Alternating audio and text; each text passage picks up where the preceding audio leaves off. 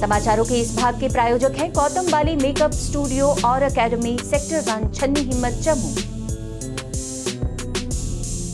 नमस्कार, आप देख रहे हैं द न्यूज नाउ। देश और प्रदेश की खबरों के साथ मैं हूं बिंदिया। आइए नजर डालते हैं न्यूज आवर की अब तक की सुर्खियों पर। श्रीनगर मुठभेड़ में 2 टीआरएफ आतंकवादी ढेर आईजीपी कश्मीर द्वारा 29 जनवरी को हेड कांस्टेबल की हत्या में एक के शामिल होने की पुष्टि।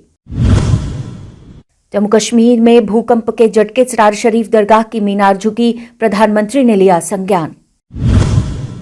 और परिसीमन आयोग की ड्राफ्ट रिपोर्ट का स्थानीय पार्टियों द्वारा कड़ा विरोध। और अब समाचार विस्तार से। श्रीनगर के जकूरा इलाके में तड़के हुई मुठभेड़ में लश्कर-ए-तैयबा टीआरएफ के 2 आतंकवादी मारे गए। एक माइक्रो ब्लॉगिंग साइट के माध्यम से इसकी सूचना देते हुए आईजीपी कश्मीर विजय कुमार ने श्रीनगर पुलिस द्वारा लश्कर-ए-तैयबा टीआरएफ के 2 आतंकियों के निष्प्रभावी होने की पुष्टि की है। मारे गए आतंकवादियों में से एक इखलाक हाजम 29 जनवरी को बेजबिहारा अनंतनाग के हसनपुरा तबला इलाके में अपने आवासीय घर के पास हेड कांस्टेबल अली मोहम्मद की हाल में हुई हत्या में शामिल था। 2 पिस्तौल सहित आपत्तिजनक सामग्री इसके पास से बरामद हुई है। आपको याद दिला दें कि जम्मू कश्मीर पुलिस के एक हेड कांस्टेबल अली मोहम्मद गनी को आतंकवादियों ने गोली मार दी थी। जम्मू कश्मीर में आज सुबह रिक्टर पैमाने पर 5.7 तीव्रता का भूकंप महसूस किया गया। कई सेकंड तक चलने वाले झटके सुबह करीब 9:46 से महसूस किए गए। 5.7 तीव्रता वाले इस भूकंप का केंद्र अफगानिस्तान तजाकिस्तान सीमा क्षेत्र से होते हुए 206 किलोमीटर की गहराई पर 71.16 पूर्व, 36.48 उत्तर पर रहा। इस भूकंप के कारण शेख उल आलम की दरगाह की मीनार झुक गई। प्रशासक वक्फ बोर्ड सरार शरीफ ने पुष्टि की कि पूरे कश्मीर में महसूस किए गए तेज झटकों के कारण दरगाह की मीनार पर ताज झुका हुआ है और अपना मूल आकार खो चुका है। हालांकि मंदिर को कोई भी नुकसान नहीं हुआ है और इस तरह से किसी भी जानमाल के नुकसान की खबर नहीं हुई है। इसी तरह इस पूरी दरगाह में भी किसी जानो माल के नुकसान की खबर नहीं आई है। प्रधानमंत्री नरेंद्र मोदी ने जम्मू कश्मीर के उपराज्यपाल मनोज सिन्हा से फोन पर बात कर केंद्र शासित प्रदेश में भूकंप की स्थिति के बारे में जायजा लिया। मंडाल स्थित महंत हरे रामदास पब्लिक स्कूल के वार्षिक उत्सव में भाग लेते हुए जम्मू कश्मीर के उपराज्यपाल ने आज वसंत पंचमी पर शिक्षा की नीतियों में विश्वविद्यालयों और शिक्षण संस्थानों की महत्ता पर प्रकाश डाला। उन्होंने इस अवसर पर हरे रामदास द्वारा लिखित पुस्तक का विमोचन भी किया। वसंत पंचमी के इस अवसर पर कार्यक्रम में उन्होंने पौधारोपण कर पर्यावरण संरक्षण का भी संदेश दिया। मेरे लिए गर्व और सौभाग्य की बात है। जैसा कि अभी बताया गया है कि सन 2016 में स्थापना के बाद से इस क्षेत्र के लगभग 60 गांवों के विद्यार्थियों को गुणवत्तापूर्ण शिक्षा का प्रयास इस विद्यालय द्वारा हो रहा है। विद्यालय के वार्षिकोत्सव की भी मैं विद्यालय परिवार को बहुत बहुत बधाई देता हूं। जिस विद्या संस्थान में मुझे पढ़ने का अवसर प्राप्त हुआ, काशी हिंदू विश्वविद्यालय, उसकी स्थापना वसंत पंचमी के दिन ही हुई थी और पंडित मदन मोहन मालवीय जी के अथक परिश्रम से वो विश्वविद्यालय बना था। उस समय देश में 5 केंद्रीय विश्वविद्यालय होते थे और वो 5 विश्वविद्यालय सरकारी सहयोग से बने थे। वो पहला विश्वविद्यालय था जो पंडित मदन मोहन मालवीय जी की निष्ठा, श्रम और देशवासियों के सहयोग से बना था। 1916 में स्थापना हुई थी विश्वविद्यालय की।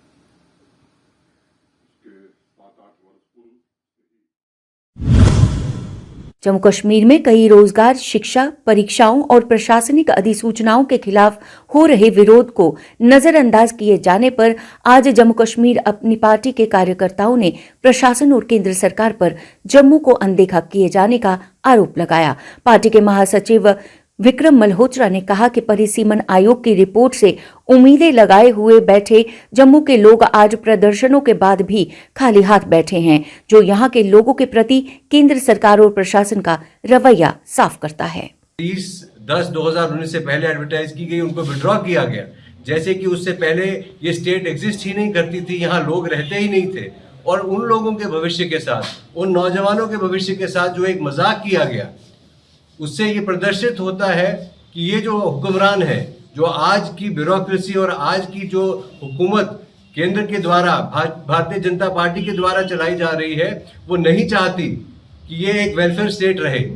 जम्मू कश्मीर एक वेलफेयर स्टेट है, ये देश एक वेलफेयर देश है। यहाँ गरीब लोग हैं, यहाँ अनएम्प्लॉयमेंट है। हम जानते हैं जम्मू कश्मीर में पूरे देश में सबसे ज़्यादा आज अनएम्प्लॉयड यूथ है। और उस स्टेट में इस किस्म के आर्बिट्रेरी थियोक्रेटिक स्टेट जैसे ऑर्डर्स निकाले जाएं और एक कलम चलाने से एलजी साहब की जम्मू कश्मीर नेशनल कॉन्फ्रेंस ने भी परिसीमन आयोग द्वारा सहयोगी सदस्यों को उपलब्ध कराए गए ड्राफ्ट वर्किंग पेपर को सरसरी तौर पर खारिज कर दिया है। पार्टी के पास जो प्रस्तावित किया गया है उसके निहितार्थ पर चर्चा करने के लिए समय मिलने के बाद एक विस्तृत प्रक्रिया का पालन किया जाएगा। इस बीच जम्मू कश्मीर नेशनल कॉन्फ्रेंस के प्रवक्ता इमरान नबी डार ने कहा कि ये आयोग और सरकार द्वारा भी अदालत के आदेश का स्पष्ट उल्लंघन है। Its parent act, which is the Reorganization Act, J&K Reorganization Act, stands challenged in the Supreme Court. So the parent act is under judicial scrutiny. So constitutional propriety would have said that you should have waited for implementing such laws which derive their strength from a law which is constitutionally suspect. So that reason apart, and what they had done with our recommendations on the first draft. So we were forced to come out so strongly against it, because whatever we had said has been completely rejected by the commission. So what we have seen initially, the draft that has been presented to our MPs is that they have redrawn the constituencies. New constituencies have been added. They have put in new boundaries have been created. So that you will also come to know in coming days. But this, as of now, the report, the draft that stands as of now, we as the associate members of the Delimitation Commission reject this report. I think yesterday I also saw that report, and I believe that Government of India needs to come out clear what exactly they want to do with Kashmir. Right now we don't know what is happening. What is that we don't know what Government of India wants to do with Jammu and Kashmir. And as associate members, this report that has come out, this draft proposal that has come out, वहीं परिसीमन आयोग द्वारा पेश किए गए इस report के मसौदे पर सवाल उठाते हुए पीडीपी के प्रवक्ता ने कहा कि परिसीमन सभी अवैध आधार पर खड़ा किया जा रहा है और जनता के लिए कोई आवाज उठाने के लिए तैयार नहीं। पीडीपी नेता रऊफ भट्ट ने कहा कि ये जम्मू कश्मीर के लोगों के संवैधानिक अधिकारों पर अंकुश लगाने का प्रयास है। तो हम जम्मू कश्मीर के लोग मर रहे हैं, हमारे साथ जो जातियाँ हो रही है, ये जातियाँ सिर्फ और सिर्फ बंद तब भी होगी, यहाँ ये मारदाड़ बंद तब भी होगा जब मसले कश्मीर पे पेशरफ्त होगी, मसले कश्मीर हल होगा। ये एक कोर इशू है, इसे एड्रेस होना चाहिए। इसके साथ साथ 370-35 से वापस आना चाहिए। यहाँ के जितनी भी पॉलिटिकल पार्टीज़ हैं उन सबको एक होकर अपने बेसिक हुकूक के लिए लड़ना चाहिए। और ये जो भी हो रहा है, ये इस कानून और आइन को जो है साइड में रखकर कानून और आइन की जो है धज्जियाँ उड़ा दी जा रही है। हम ये देख रहे हैं, हम इसकी मजम्मत करते हैं, हम पॉलिटिकली इसके लिए स्ट्रगल करेंगे। हम सारे जम्मू कश्मीर के लोग इसमें मुत्तहिद हैं। बेसिकली इनका एजेंडा है जो आरएसएस और बीजेपी का है, ये हिंदू एग्रेशन है। हमारा ये मानना है कि मुल्क जो है मुसलमान और हिंदू के नाम पे नहीं बंटना चाहिए। हम सबको यूनाइट होना चाहिए, तब जाके ये मुल्क आगे बढ़ सकता है। जिला राजौरी के तरगांव गांव में फायरिंग की एक घटना में युवा करमत शाह पर गोली चलाई गई और उसके सर में गोली लगने के कारण उसकी मौके पर ही मौत हो गई।